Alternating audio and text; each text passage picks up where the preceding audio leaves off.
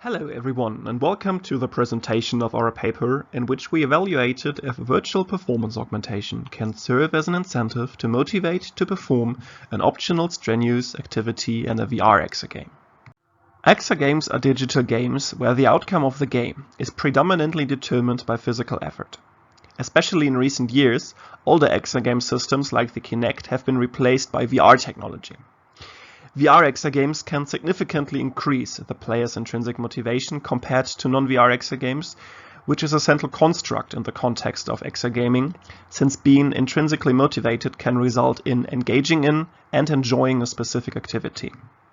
However, most of the works and studies that have investigated motivation in the context of VR exergaming have not given the players a free choice to perform the strenuous activity.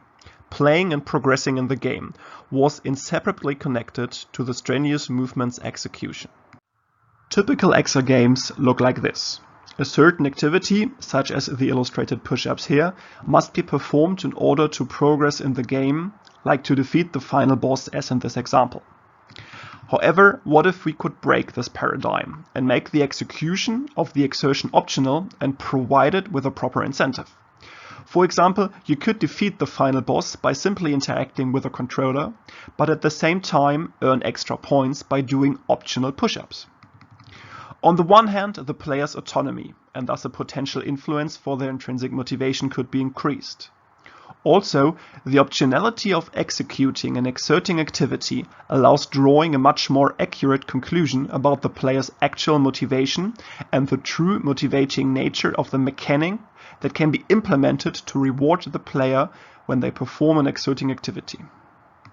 To enable players to perform an optional strenuous activity while playing, we first developed a suitable controller.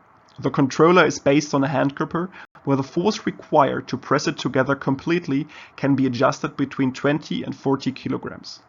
To track its movements, we mounted an HTC Vive tracker on the gripper. The pressure exerted by the player is measured with a corresponding pressure sensor, linearized, and then forwarded to a development board, where it is processed and sent to a PC via Bluetooth. In a 3D printed case, all parts are assembled and screwed to the hand gripper. We then developed a game in which the players have to defend themselves against opponents who come running towards the player and attack them in a virtual environment that is visually based on feudal Japan. To defeat the enemies, the player must hit the enemy's head with a punching motion. There are different locations in the game and different enemies that can withstand different amounts of hits. To motivate players to interact with the hand gripper during the game, we implemented the idea of Virtual Performance Augmentation, or just VPA, by Ioannou and colleagues. The basic idea of VPA is to represent the virtual abilities of the players exaggeratedly compared to their actual prowess. In our game, the players get a stronger punch when the controller has been pressed and held in that position for a certain amount of time. At the lowest VPA level, the opponent falls to the ground on the spot. At a medium VPA level, the opponent flies several meters away, and at the highest VPA level, the opponent is thrown away over a long distance. As you can see here in these three short clips, the player at the highest VPA level is so strong that enemies fly away several hundred meters.